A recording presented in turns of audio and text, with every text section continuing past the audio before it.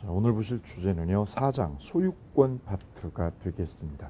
자, 우리 지금 물권법 강론 중에서 점유권 마치고 이 부분 소유권 만나고 계시겠습니다.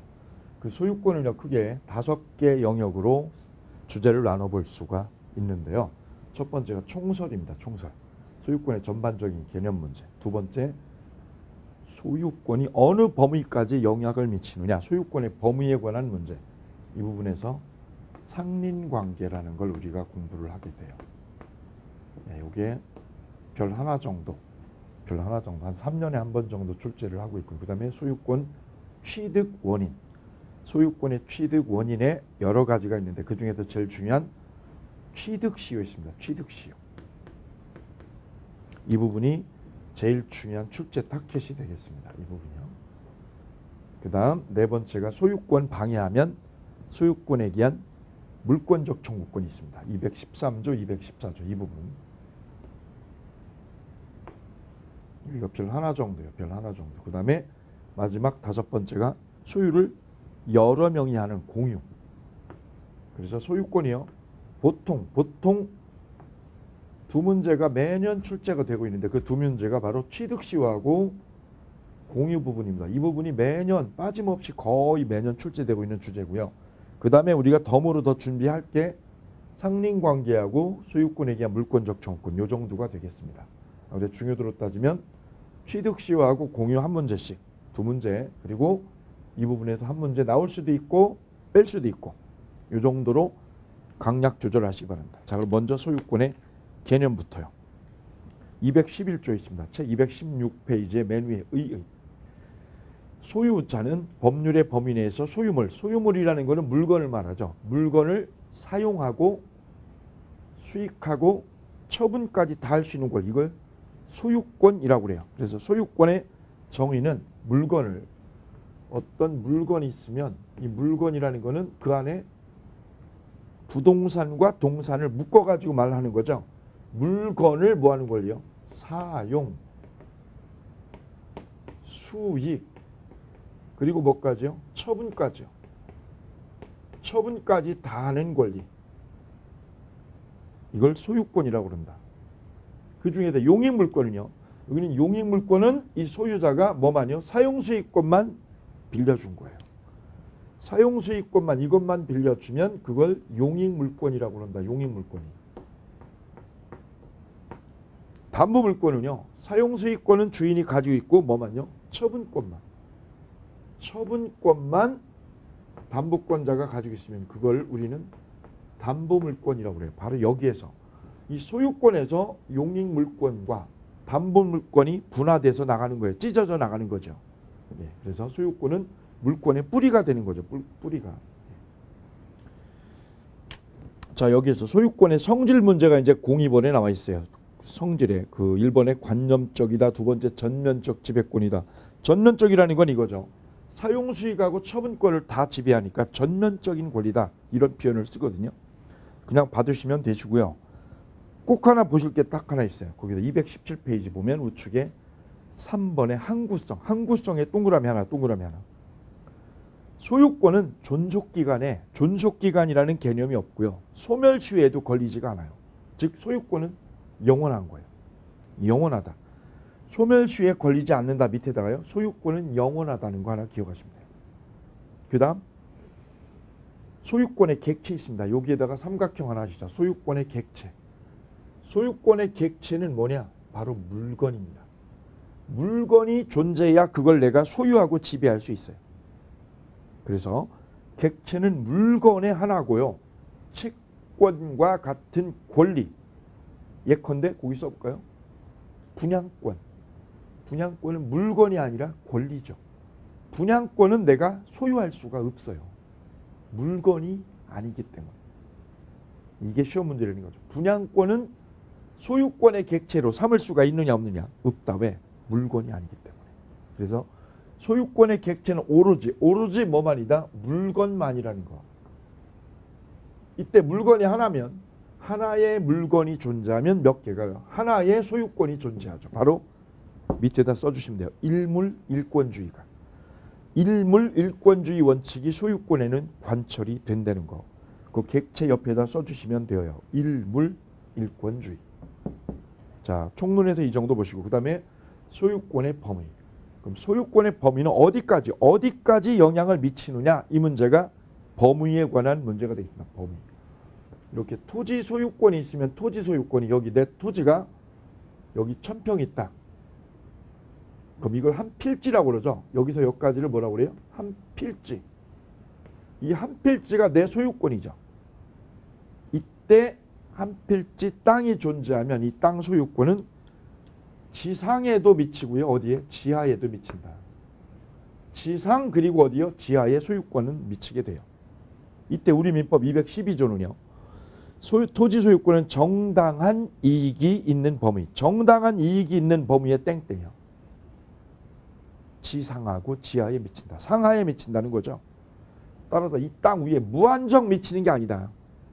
정당한 이익이 있는 범위 내만 이 지상에 미치고 지하에 미친다 이거죠. 따라서 이 땅 옆에요. 여기 비행기가 이렇게 공항에서 비행기가 이렇게 날아간다고 이렇게 날아간대.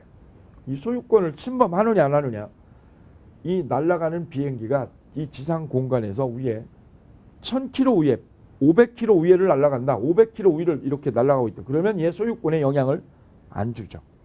근데 이 날아가는 비행기가 바로 이렇게 바로 위에 아파트에서 불과 몇 메다 되지 않는 곳에 이렇게 이게 날아간다. 이거는 얘 소유권에 영향을 준다는 거죠. 바로 이 문제입니다. 어디까지냐? 정당한 이익이 미치는 범위까지만 지상과 어디에? 지하의 소유권을 미치게 된다는 거예요. 그 다음 뒤로 넘겨서 218페이지에서 검토할 게 토지 소유권의 효력이 미치는지 여부. 소유권의 효력이 미치는지 여부가 문제되는 것. 문제되는 게 세 가지가 있어요. 첫째, 이 안에 있는 광물. 그 다음 지하수 같은 거. 광물이나 지하수가 이 땅 주인한테, 이 땅 주인이 A라면 A 땅 소유권에 뭐가요? 광물이. 그 다음에 지하수가 이 소유권에 영향을 미치느냐 이거죠. 소유권에 영향을 받냐 안 받냐 이거예요. 자, 첫 번째 광물. 광물은요. 광업권이라는 별개 물권의 객체가 되기 때문에 이 토지 소유권은 이 광물에 미치지 않아요. 광업권의 객체가 돼요. 광업권. 그 다음 두 번째요. 암석이나 토사. 암석, 여기 바위덩어리 있죠. 바위덩어리. 바위덩어리는 땅의 구성 부분입니다. 따라서 암석이나 토사는 토지의 구성 부분입니다. 구성 부분의 땡땡이요. 구성 부분이니까 토지 소유권이 A 거면 이 안에 있는 바위덩어리도 A의 소유가 되는 거죠. 왜요? 구성물이니까. 광물만 이 땅과 별개로 돼요. 땅과 별개로. 세 번째 지하수요. 지하수에 거기에 삼각형 하시죠. 지하수의 삼각형. 삼각형은 학습의 필수 테마가 되는 거예요. 지하수는 토지에 뭘로 보느냐면 구성 부분이에요. 따라서 A가 이 땅을 팔면 이 안에 있는 뭐까지요? 지하수도 매수인한테 같이 딸려가요. 왜요? 지하수는 땅의 구성물로 보기 때문에 그렇습니다. 그래서 지하수는 뭘로 보고요? 구성물로.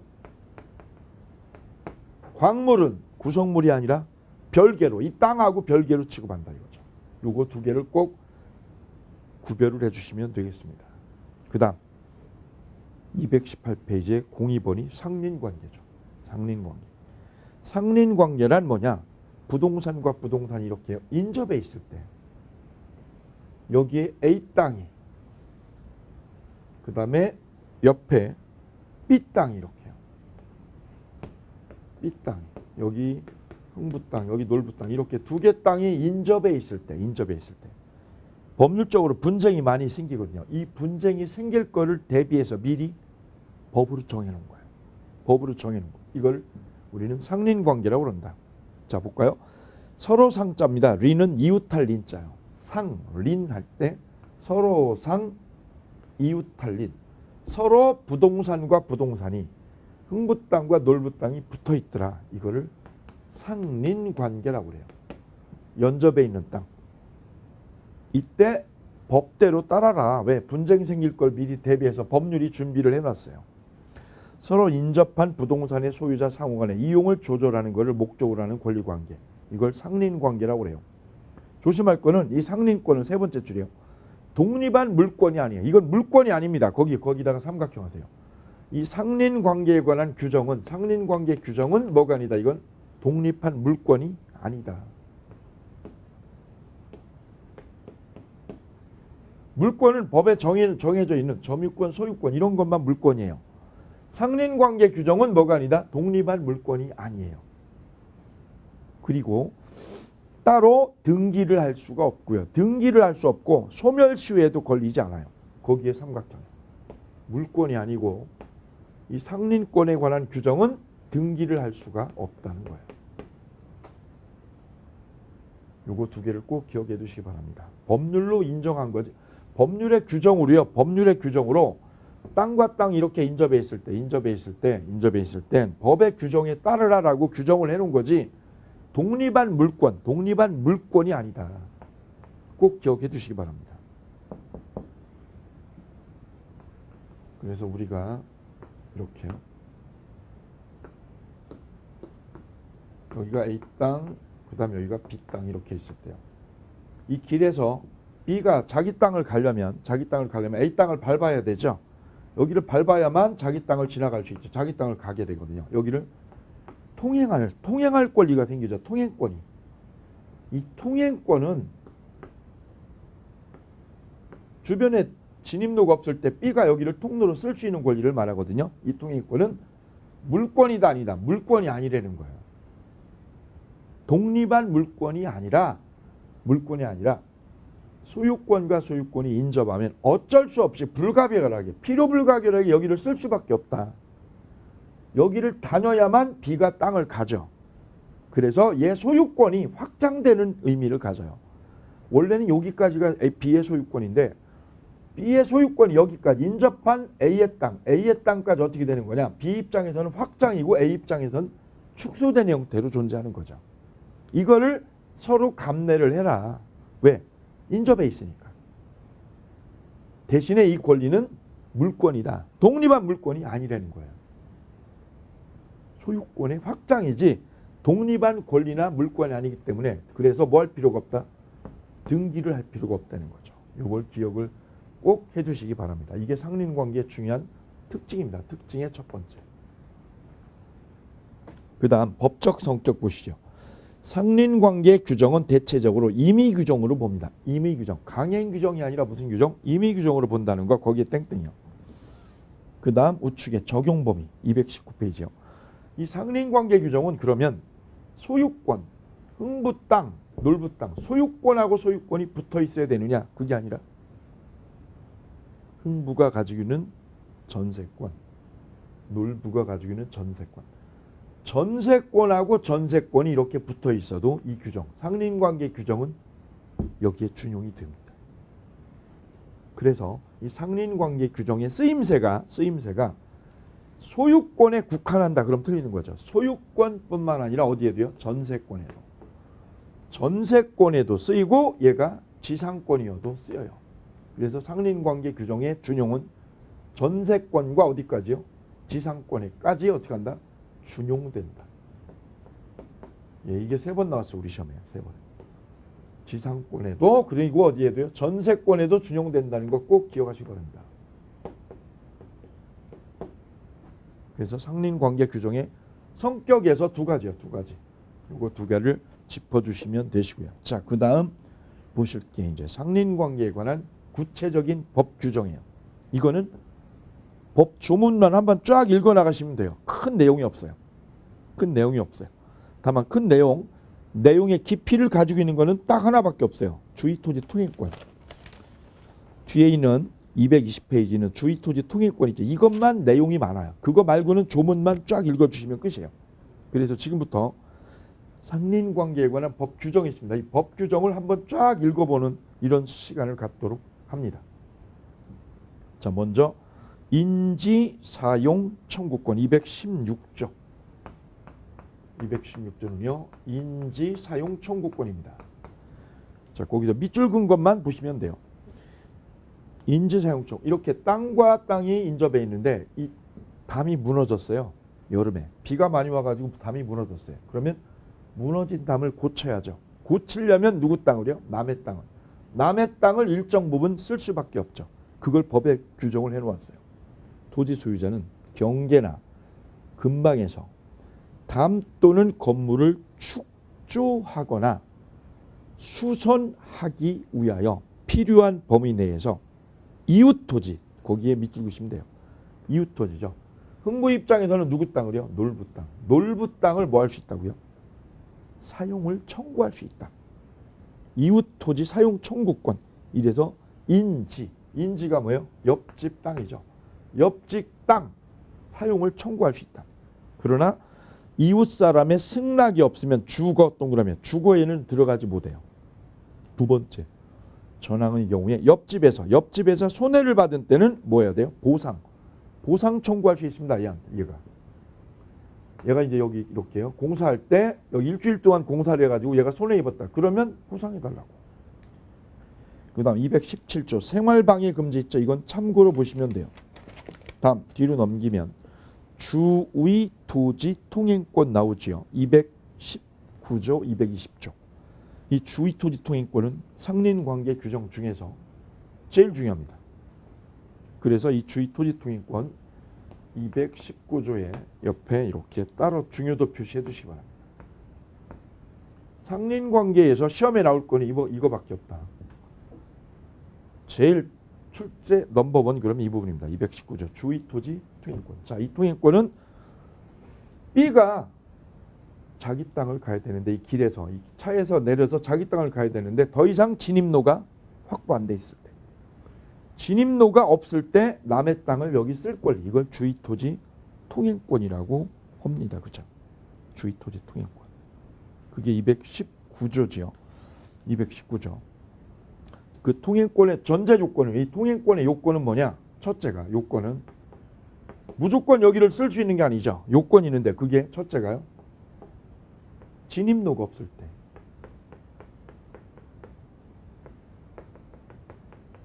이게 첫 번째입니다. 진입로가 없을 때.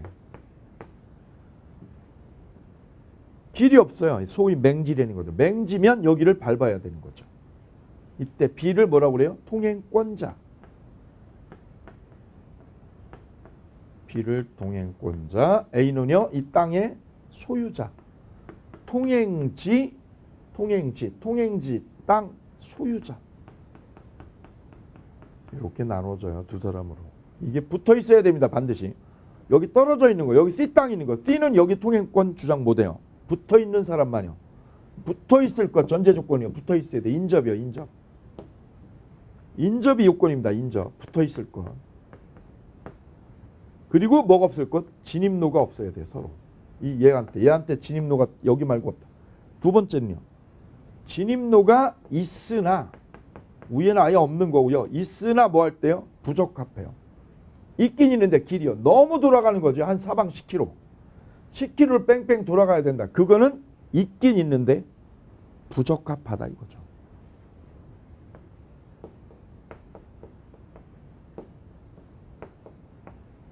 있는데 너무 불편하니까 이건 없는 걸로 치는 거야. 없는 걸로. 근데 요 정도 조금 돌아가는 위에 도로가 있다. 이렇게 우회하는 도로가 있다. 그러면 얘는 여기 통행로 못 써요. 불편을 감수해야죠. 이렇게요. 따라서 통행권은 진입로가 없을 때 첫 번째 케이스. 두 번째 케이스는요. 있으나 뭐 할 때요? 부적합할 때. 너무 우회를 할 때.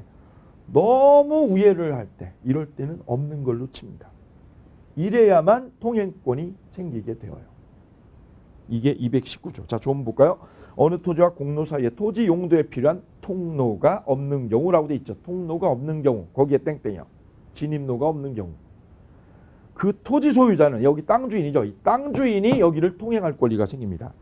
통행 또는 동로로 하지 아니하면 공로에 출입할 수 없거나 과다한 비용을 요할 때는 주위의 토지를 뭐 할 수 있나요? 통행할 수 있어요. 통행할 수 있다. 이게 통행권이죠. 통행권. 필요한 경우에는 통로를 뭐 할 수 있나요? 개설할 수 있어요. 이게 첫 번째 요건이고요. 두 번째 효과. 통로를 뭐 할 수 있다고요? 개설하거나 통행을 할 수 있어요. 통로 개설. 통행을 해도 되고 뭐를 해도 돼요? 통로 개설까지 할 수 있어요. 통행권은 뭐야? 이용하는 거. 길로 왔다 갔다 다니는 거죠. 점유하는 게 아닙니다. 통행을 하는 거예요. 뭐 하는 게 아니라요? 점유하는 건 아니다. 점유권까지는 없습니다. 점유권까지는 보장하지 않는다. 그냥 길로 왔다 갔다 다니는 거예요. 다니는 거지 여기를 지 주차장으로 만들어 놓으면 안 되는 거죠. 여기는. 그래서 우리가 종종 여기다가 주차장 내놓고 지만 이렇게 쓰는 거 있어요. 이건 안 된다는 거예요. 왜? 통행권은 이용하는 거예요. 왔다 갔다. 점유권까지는 보장하지 않아요. 두 번째는요. 통로 개설할 수 있어요. B가 흥부가 여기 놀부 땅을 길을 낼 수 있다는 거죠. 길을. 이때 길을 낼 때 돈은 그럼 누가 내느냐? 돈은 통행권자가 도로 개설비를 부담합니다.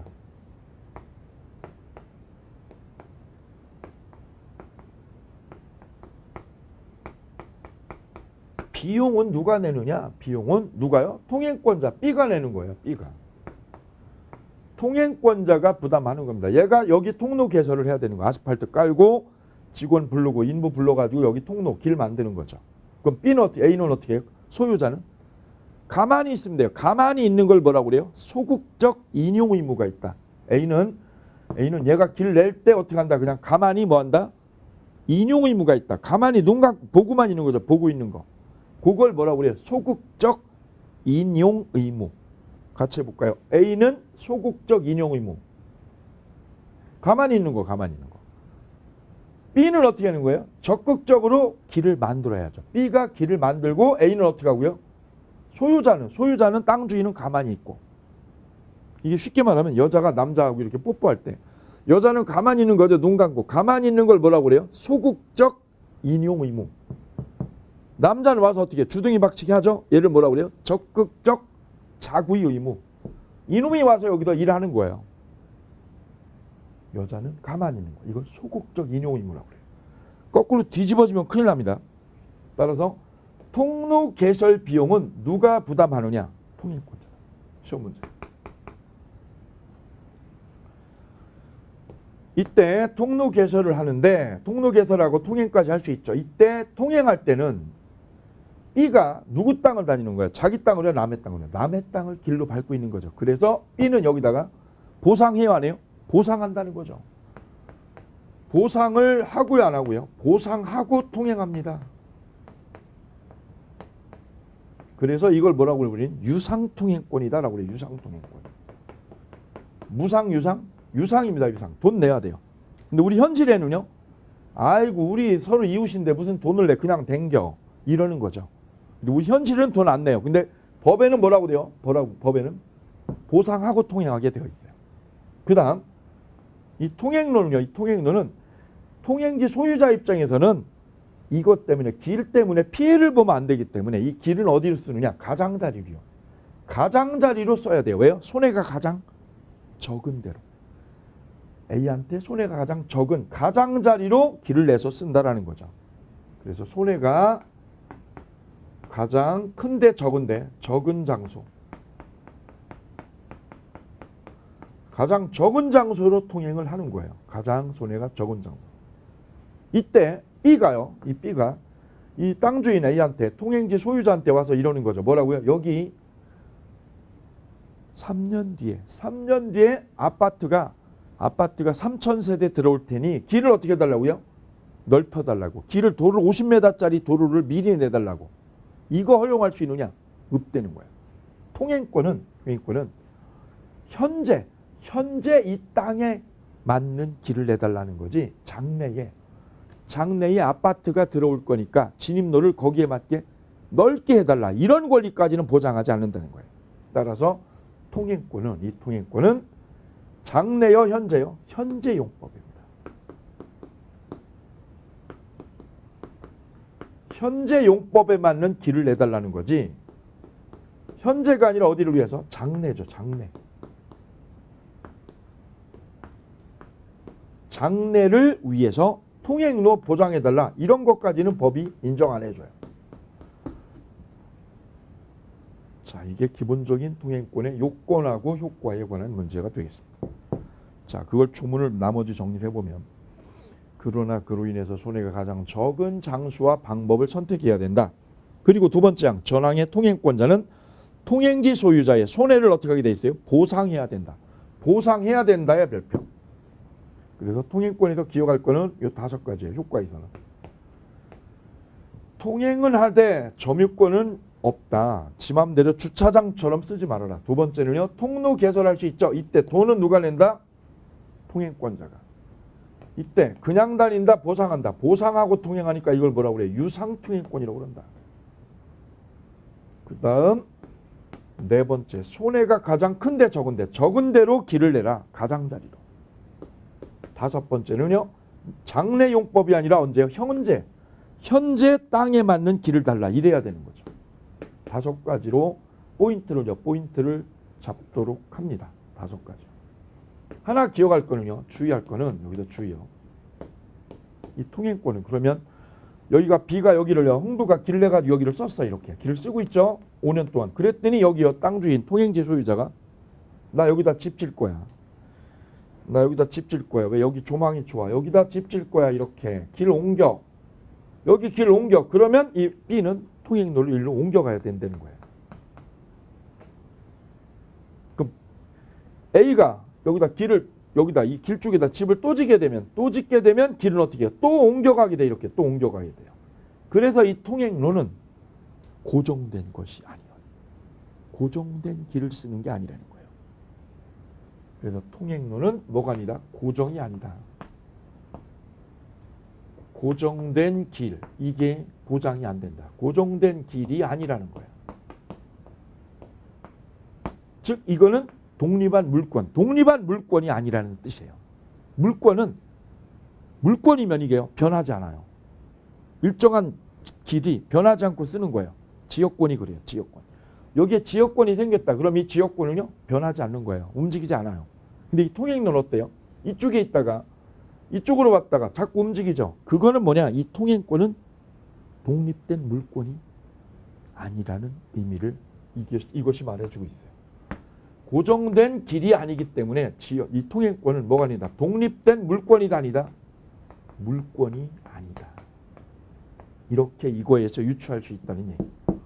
그래서 통행권의 요건 2개 하고요. 효과 5개. 이렇게 기억을 꼭 해주시고요. 나머지는 심화학습에서 연결해서 마무리 짓도록 하겠습니다. 그 내용이 쭉 나와 있습니다. 그걸 한번 쫙 읽어보시면 도움이 되시고요. 나머지는 심화학습에서. 그 다음에 물에 관한 상린관계 잠깐 살펴보시죠. 자, 이제 상린관계가 이렇게요. 인지사용 청구권, 그 다음 219조가요. 주의 토지 통행권.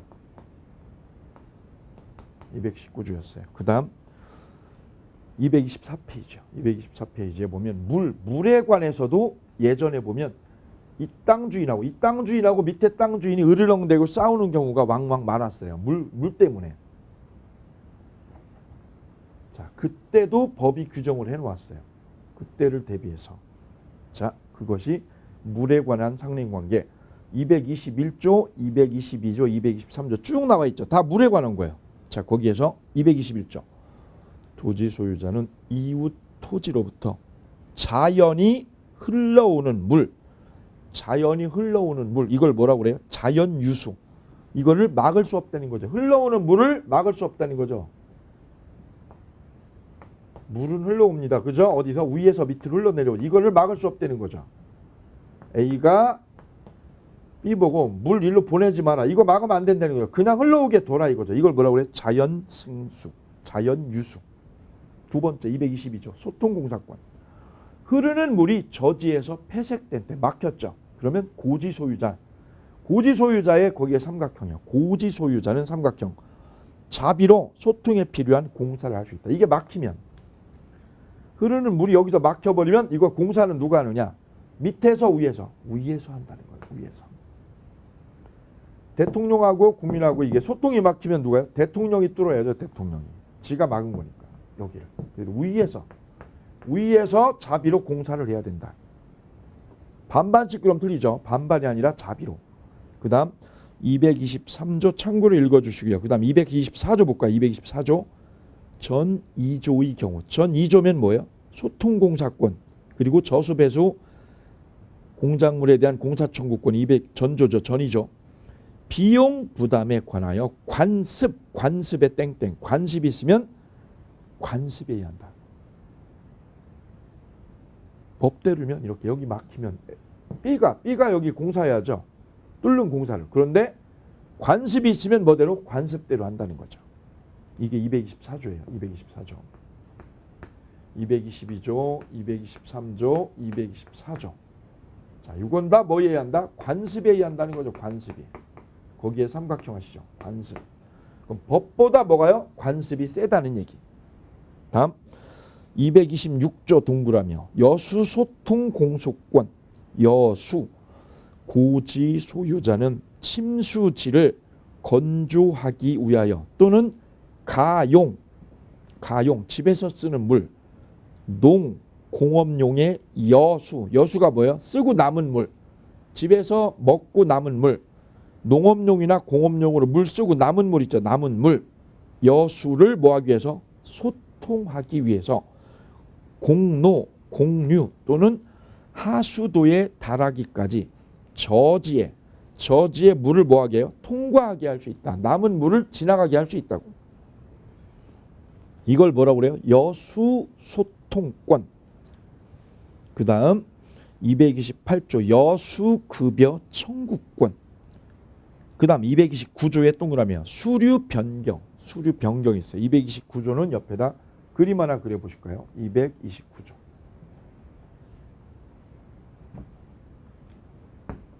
여기는 이 땅.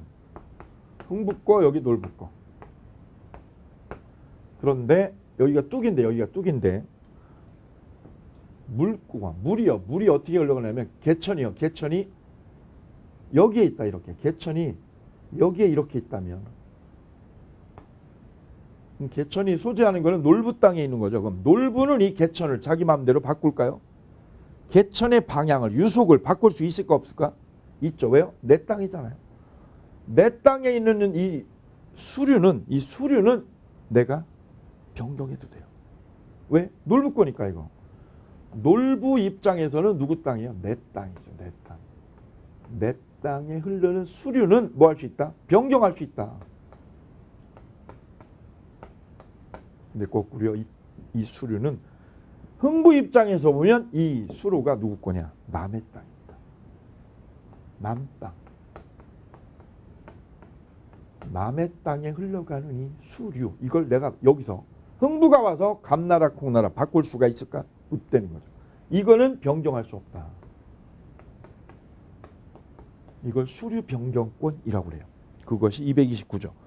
국어가 또랑이에요. 국어 기타 수류지의 소유자는 대안의 토지가 누구 땅이면 타인 소유의 삼각형. 타인이면 누구 땅? 남의 땅이면. 남의 땅이면 수류. 이걸 변경할 수 없다. 오케이요. 그런데 이 양 안의 토지가 수류지 소유자의 소유. 수류지 소유자의 소유면 누구야? 내 땅. 거기다 쓰세요. 내 땅이면 수로와 수류의 폭을 변경할 수가 있다. 변경해도 돼. 얘는. 내 땅은 변경. 남의 땅에 있는 수로. 이거는 변경 못함. 오케이. 이걸 수류 변경권. 그러나 하류는요. 하류는 자연의 수로와 일치하도록 만들어 놔야 됩니다. 그래야 둑이 터지지 않아요. 두 번째 사망이요. 전 2항의 규정도 뭐에 의한다? 관습에 의한다. 거기에 삼각형이요. 관습에 의한다. 삼각형. 이 시험 잘 나오는 거예요. 그 다음 231조 공유하천 용수권 동그라미. 그 다음 233조 용수권 승계 동그라미.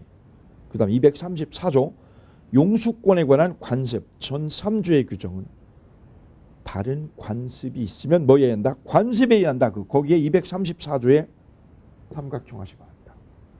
그래서 지금 체킹하셔야 될 게 229조에 있어요. 229조에도 보면 뭐가 있어요? 관습에 의한다는 게 나와요. 관습에 의한다. 그 다음 234조도요.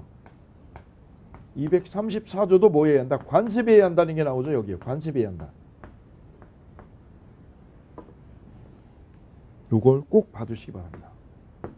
다음 중 관습이 법 규정보다 우선 쓰이는 게 어느 거냐, 이걸 골라라는 거죠. 이걸 시험에서 골라내는 걸로 시험에 출제를 여러 번 했었으니까 이거를 기억을 해두시기 바랍니다. 다음, 경계에 관한 상린관계 237조. 인접하여 토지를 소유한 자는 공동비용으로 통상의 경계표나 담을 설치할 수 있어요.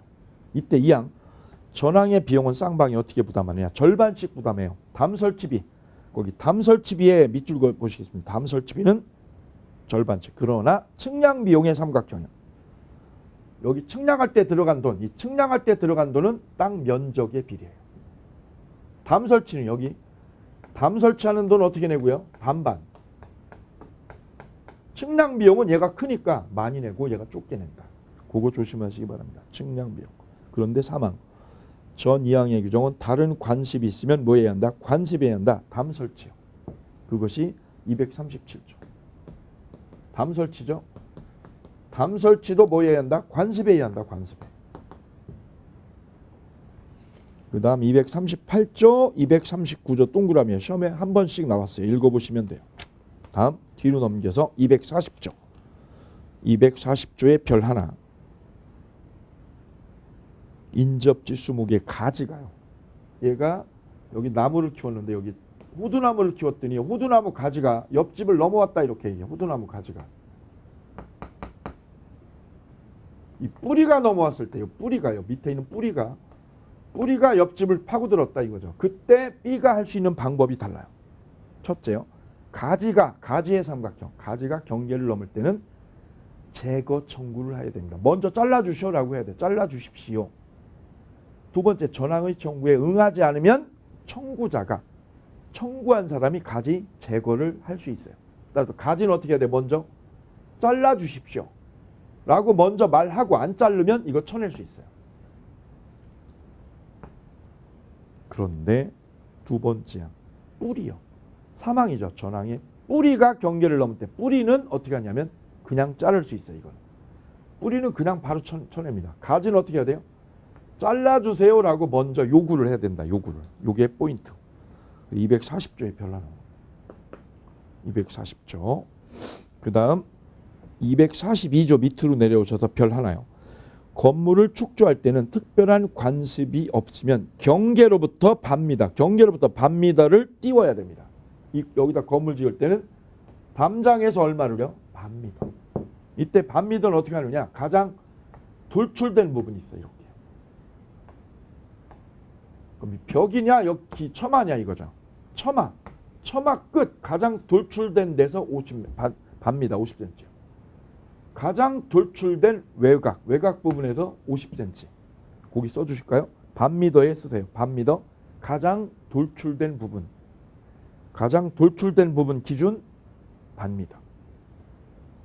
두 번째, 전항의 인접지 소유자는 전항의 규정에 위반한 자. 50cm를 안 띄웠다 이거죠. 안 띄웠다.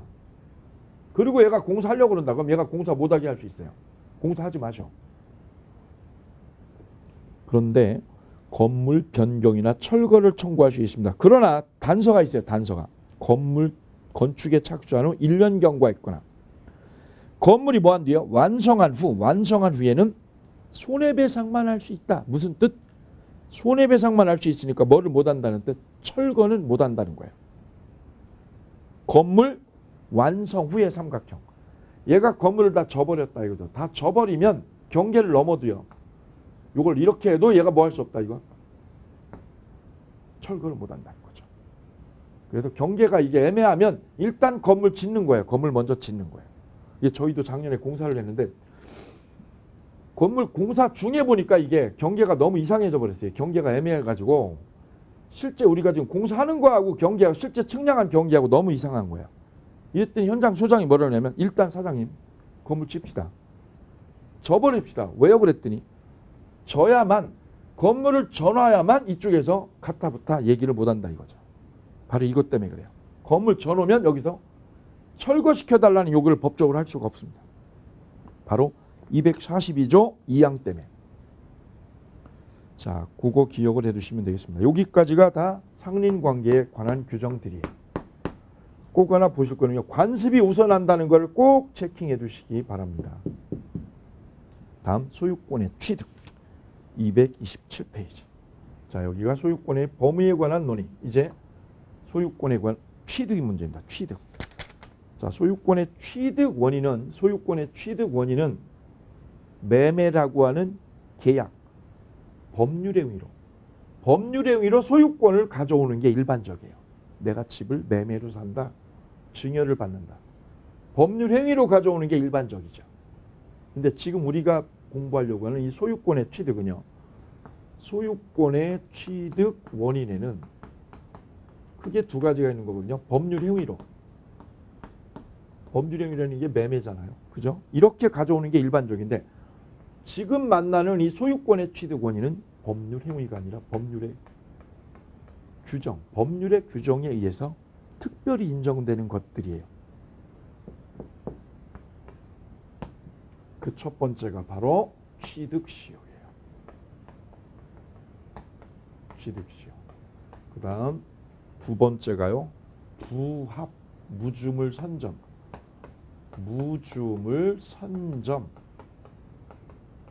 주인 없는 거를 내가 먼저 찜한 거, 선점했다. 그 다음에 잃어버린 물건을 내가 습득했다. 이것도 내가 소유권을 갖는 거야. 법률의 규정에 의해서. 그 다음 세 번째가 부합의 법률. 부합. 물건 두 개가 딱 붙어버려서 하나가 된 걸 부합.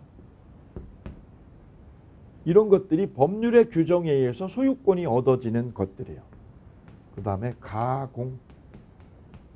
노력을 해가지고 새로운 물건을 얻어내는 걸 가공이라고 해요. 자, 이게 법률의 규정에 의해서 소유권이 얻어지는 것들인데 여기서 기억할 게 공통점은요. 이 네 가지의 공통점은 다 법률의 행위가 아니라 뭘로요? 사실의 행위로 이루어진다는 거죠. 사실의 행위. 이건 뭘로요? 점유만 하면 돼요. 점유를 해서 20년 버티면 돼요. 점유. 이거는요. 선점. 이것도 점유죠. 이거는 잃어버린 물건을 주운 거죠. 모두 다 공통점은요. 법률의 행위가 아니라 무슨 행위야? 사실의 행위에 속한다는 거 기억하셔야 돼요. 이거는 다 사실의 행위다. 두 번째는 공통점은 원시취득 사유이다. 원시취득 사유다.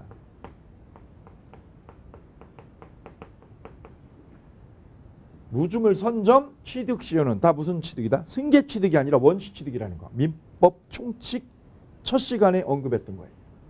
이 두 가지가 이 네 가지의 공통점이라는 거. 공통점이라는 거 기억해 두시면 됩니다. 그 중에서 출제 비율이 제일 높은 부분은 어디냐면 바로 이 부분. 취득시효가 되겠습니다. 취득시효가 압도적으로 출제 비율이 높고 그 다음에 이쪽 부합.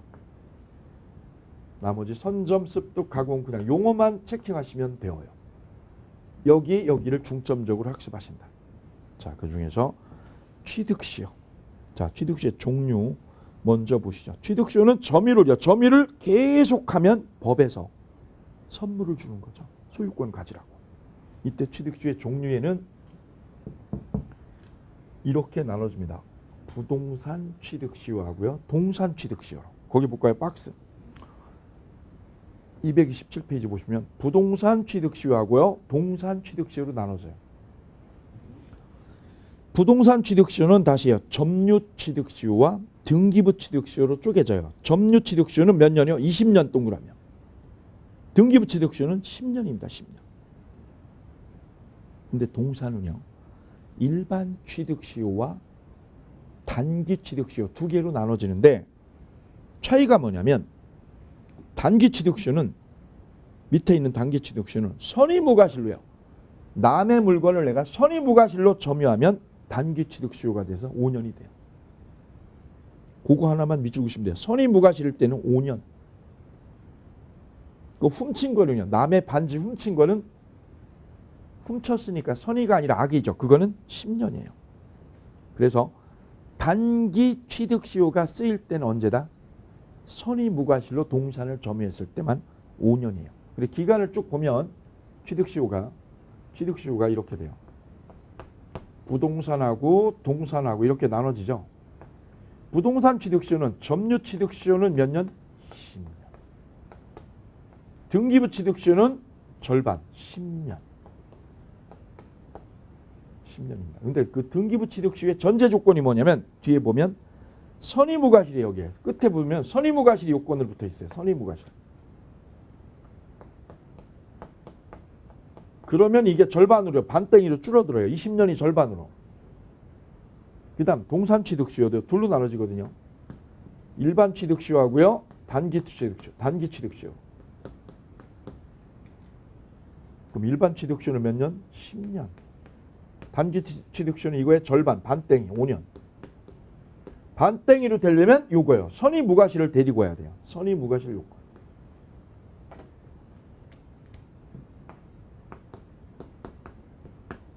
그래서 취득시효는 연도가 20년하고 10년이에요. 머릿속에 딱 이거 하나 기억하시면 되는 거예요. 20년짜리하고 몇 년짜리요? 10년짜리 두 개가 있다. 20년짜리는 부동산 취득시효. 10년짜리는 동산 취득시효. 오케이요?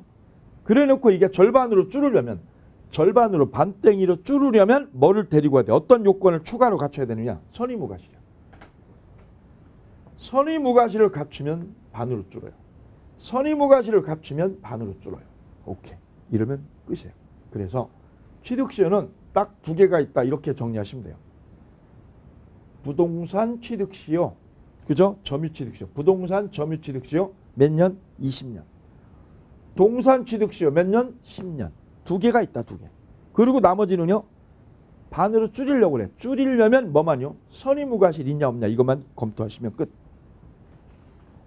자, 이게 취득시효의 종류에 관한 논의가 되겠습니다. 자, 이제 그 다음에 점유취득시효 245조에 있는 점유취득시효 여기에 나와 있죠. 그죠? 245조 1항에 있어요. 1항.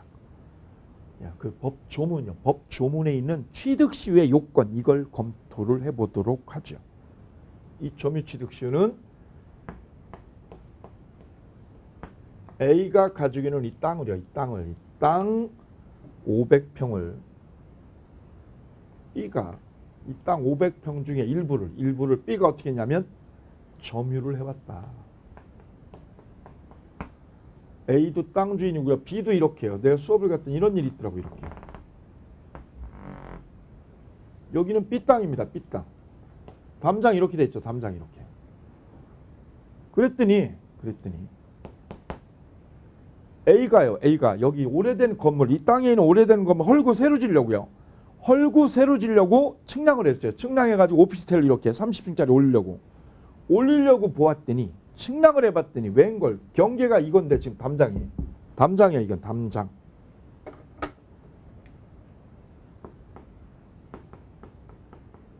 이 상태로 지금 쭉 이어온 거예요. 계속해서.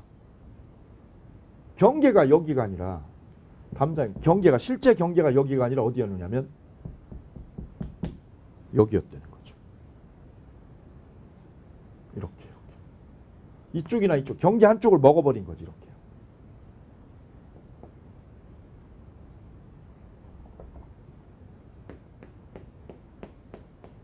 여기가 실제 경계였다. 흰색이. 그러면 B라고 하는 땅 주인은 누구 땅을요? 남의 땅을 이만큼 어떻게 한 거예요? 담장 안으로 쓰고 있었던 거죠. 바로 이 부분입니다. 이 부분은 B라고 하는 분이 누구 땅을요? A 땅을요. A가 가지고 있는 땅 일부를 어떻게 한 거예요? 땅 일부를 점유를 해왔다는 얘기입니다. 그래서 B가 여기를 뭐하고 있다? 소유가 아니라 점유를 해온 거예요. 이렇게. 근데 B가 여기 점유한 거는 최근에 3년밖에 안 돼. 3년. 얘는 3년이에요. 근데 B 이전에 C라는 양반이 여기에 18년 동안 B라는 양반이 살았었다. C라는 양반이. 그러면 B는 자기가 3년밖에 안 되지만 앞사람이었던 C, 전주인. 전에 여기 살았던 사람 18년과 자기가 점유했던 3년을 합치죠. 합치는 걸 뭐라고 그래? 점유의 승계라고 그래. 승계. 합쳐서 점유의 승계가 돼서 몇 년이요? 20년이 되죠. 그럼 여기를 취득시효를 해버린 거죠. 여기 취득시효를 해버린 거예요. 그러면 B는 이 땅에 대한 취득시효가 되었으니까 이 땅을 뭐 하느냐면 B가 여기를 지배할 수 있어요. 이 땅의 지배권은 점유자 B한테 있는 거야. 주인은 A라도 A가 땅 소유자라도 얘가 소유자라 하더라도 B가 취득시효를 완성했죠. 자, 얘 앞사람 거 자기 거 합쳐서 20년이니까. 20년이 되면 취득시효를 B가 해버린 거죠. 이때 점유자가 취득시효라는 걸 완성하려면 법이 정한 요건을 구비를 해야 되는데 그게 뭐냐? 자주점유이어야 돼. 자주점유. 이 점유가 무슨 점이요? 자주점유이어야 되고 그 점유가 어떻게 된다고요? 평온공연해야 돼요.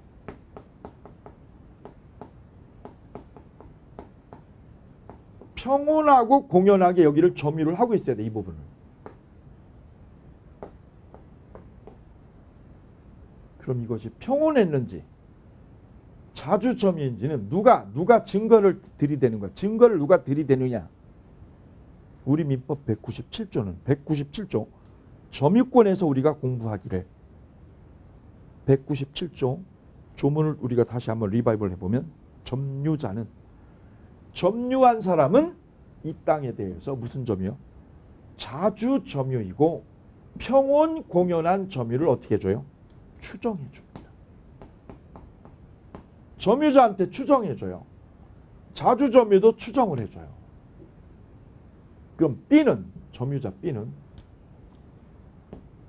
이게 자주점유인 거를 B는 추정을 받으니까 B는 여기를 자주점유라고 입증할 책임이 없다는 겁니다. 없다. 왜요? 추정받으니까. 이게 아주 중요한 맥락이죠. 그래서 B는 가만히 있으면 돼요. 왜요? 자주점유를 인정해줘. 법에서. 민법 몇 조가? 197조가. 197조에 의거하여 점유자는 자주점유인 걸로 인정돼 버립니다. 20년만 채우면 얘는 취득시효가 돼버리는 거예요. 그러면 이 땅은요. 이 땅은 B가 어떻게 하게 돼요? 여기를 지배할 수 있어요. 선생님, 얘가 아직 등기 안 했는데 등기 여기 있는데요. 그럼 현실은 우리 어떻게 하냐면 A가 얘 보고 뭐라고 그래요? 이 담장 옮기라고 그래요. 여기 있는 담장 헐고 헐어버리라고 그래요. 얘가 담장 헐어버리라고. 그 얘가 만약 여기 집 짓고 있으면 B가 여기 집 짓고 살고 있다. 이렇게 이만큼의 집을 짓고 살고 있다. 그러면 보통 현실은 어떻게 부딪히느냐? 소유자야. A 땅 소유자가 측량을 해보니 여기까지다. 여기까지가 A 땅이다. 그러면 여기가 영역이니까 이 담장 부시고 건물까지 어떻게 하라고 그래요? 헐어버리라고 그러죠. 여기서 담장 부시고 건물 헐어버려라. 이렇게 소장이 날라오죠. 이때 우리 대법원 판단은 뭐냐? 취득시효가 완성이 되면 점유자 B는 땅 주인한테요. 뭐 해달라고요? 등기를 나한테 넘겨달라고 할 권리가 생겨요. 법에 의해서. 법률의 규정에 의해서. 그래서 B는 시효 완성자라고 그러죠. 시효 완성자는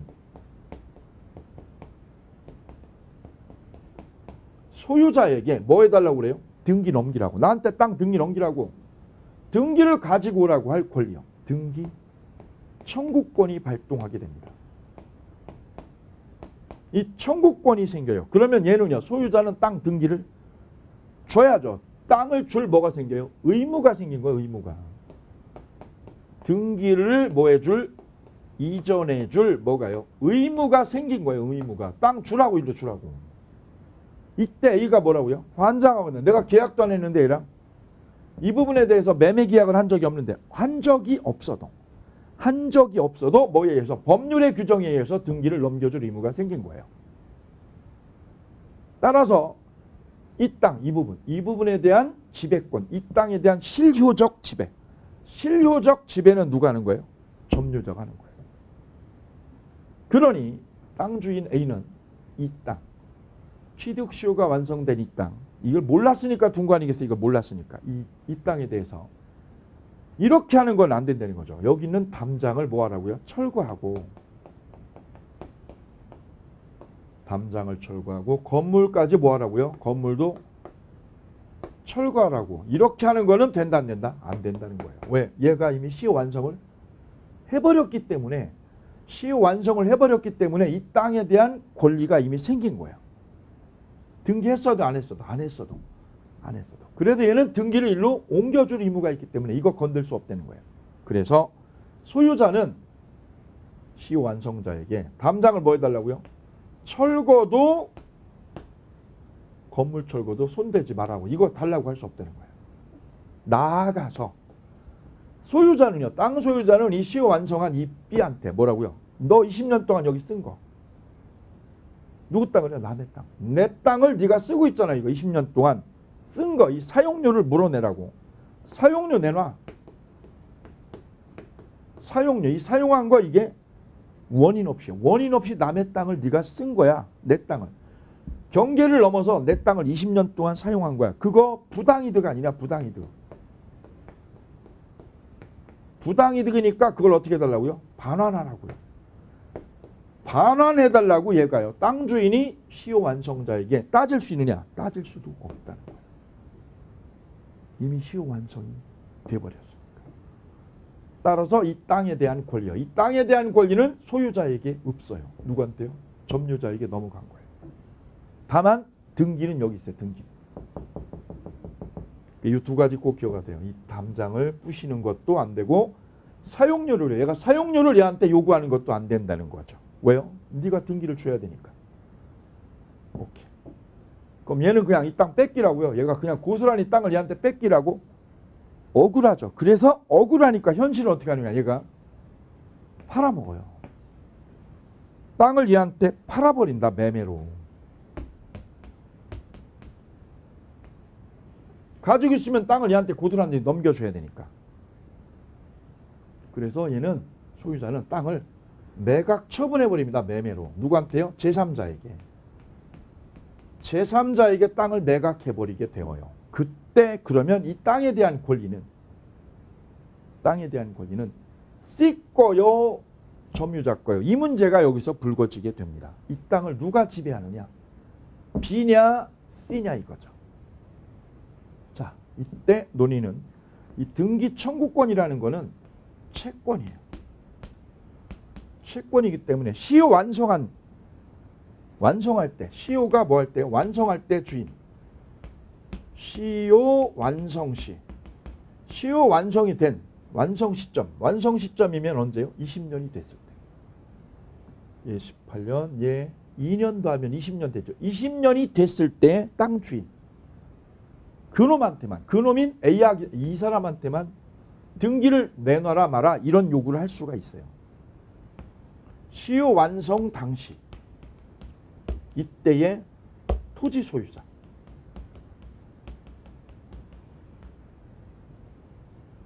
이 사람을 상대로요. 이 사람을 상대로만 등기를 뺏어올 수가 있어요. 20년이 됐을 때. 20년이 됐을 때 땅 명의가 누구였었다? A였다. 그럼 A한테만 달라고 하는 거예요. 근데 A가 어젯밤에 팔았다. C한테. 그러면 얘는 누구한테만? A한테는 땅을 달라고 할 수 있어요. 등기 달라고. 그런데 누구한테요? 제3자에게는 이게 채권이라서. 이게 채권이라서 얘한테는 달라고 못한다는 얘기예요. 이게 점유자하고 제3자 간의 분쟁 문제죠. 분쟁 문제. 자, 요거를 잠시 쉬었다가 내용 검토를 하도록 하겠습니다. 조문 볼게요. 245조 맨 밑에 1항. 20년간 소유이사로 평온공연하게 부동산을 뭐한 자요? 점유한 자는 그냥 먹어요? 등기해야 먹어요? 등기함으로써 소유권 먹습니다. 이때 등기함으로써 먹는데 전제 조건이 뭐냐? 20년 첫째. 두 번째는요? 소유이사. 세 번째는요? 평온공연. 마지막은요? 등기. 그럼 소유권 먹을 수 있습니다. 이게 점유 취득 시의 요건입니다. 취득 시의 요건 4가지. 꼭 기억해 두시기 바랍니다. 자, 구체적인 법률 관계. 여기서 벌어지는 땅 주인, 시효 완성자, 제3자. 얘네들끼리 벌이는 분쟁에 관한 논의. 이거를 잠시 쉬었다 만나시겠습니다. 잠시 쉬었다 보시죠.